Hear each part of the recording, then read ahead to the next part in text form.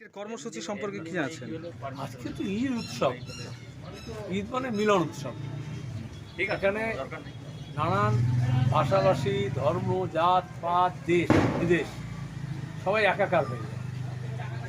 সেই জন্য আজকে কোনো রাজনৈতিক প্রচারের কর্মসূচি নেই। এখানেই আমি ঐরপাড়া সুন্দরপুরে ছিলাম, বাঁচি। তো এখানে আত্মীয় স্বজন, পরিবর্গ, আমাদের সঙ্গী সাথী, তার শুধু সিপিএম বামপন্থী নয়, তার সঙ্গে শুধু কংগ্রেস নয়, তার সঙ্গে এমনি সাধারণ মানুষ, এমনকি যারা তৃণমূলও করে, যারা কোনো রাজনীতি করে না, তার সবার সঙ্গে দেখা সাক্ষাৎ হচ্ছে। ঈদতে মানে হচ্ছে তো আবার ওকে কোলাকুলি করে, মুসাফা করে, হাত মেলায়, মানুষ মানুষের কাছাকাছি আসে। আর এই কাছাকাছি আসার সময় ঈদের বার্তা হচ্ছে যেমন সম্প্রীতি, যেমন মিলন, তেমনি এক মাসে রোজা সংযমের পরে করে তো, যারপরে মানুষ খিদেটা কী, না পাওয়ার বেদনাটা কী, যন্ত্রণাটা কী, সেটা উপলব্ধি করে।